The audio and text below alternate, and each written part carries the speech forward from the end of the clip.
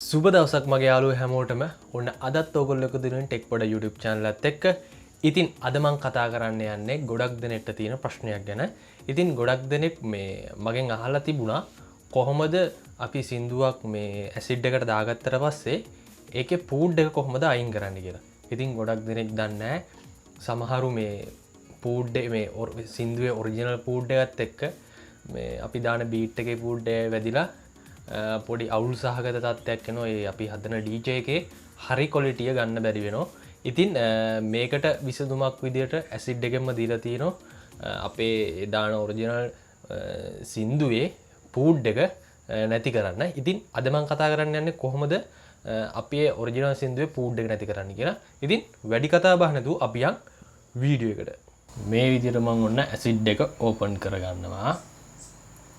right ඊට පස්සේ මේක ක්ලෝස් කරා. මම දැන් මේකට සින්දුවක් ඇදලා දාන්න හදන.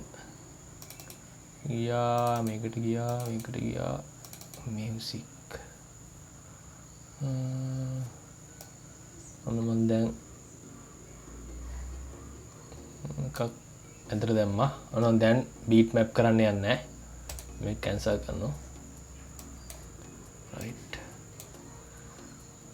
ඔන්න දැන් ට්‍රැක් එකේ පොඩ්ඩක් මම ඇඳගත්තා. ඔන්න දැන් ප්ලේ කරවලු.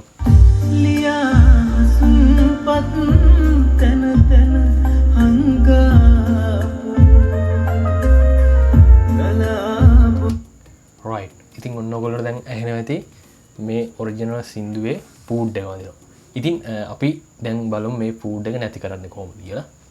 ඉතින් හොඳට බලා ගන්න මෙන්න විතර ප්ලස් මාර්ක් එකක් තියෙන එක ක්ලික් කරන්න. ක්ලික් කරාට පස්සේ මෙහෙම පල්ලෙහාට යනකොට EQ කියලා එකක් තියෙනවා. එතන ටික් එක දැම්මට පස්සේ මෙන්න මේ වගේ යටම තියෙනවා බේස් dB කියලා වරහන් ඇතුලේ. අන්න ඒක වම් පැත්තට අඩු කරන්න. පුල් අඩු කරාට පස්සේ ඍණ 25ක් එනවා. ඊට පස්සේ මෙතන ක්ලෝස් කරලා දැන් අපි බලමු ප්ලේ කරලා.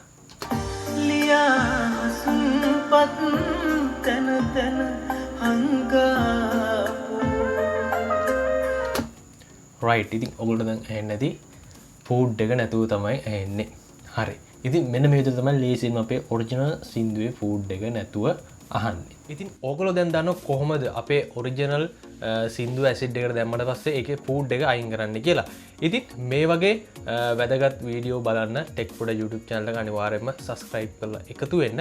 ඉතින් මේ වගේම FL Studio ගැනත් මම කියලා දෙනවා. ඒවත් බලන්න මේ වීඩියෝත් ඔයගොල්ලන්ට ගොඩක් වැදගත් වෙයි. ඒ වගේම මේ වගේ ටියුටෝරියල් අරගෙන ඉදිරියට ටෙක් පොඩ්ඩා එනවා ඔයගොල්ලෝ ගාවට. ඉතින් Facebook තියනවා ලයික් කරලා එකතු වෙන්න, TikTok තියනවා ෆලෝ කරලා එකතු වෙන්න.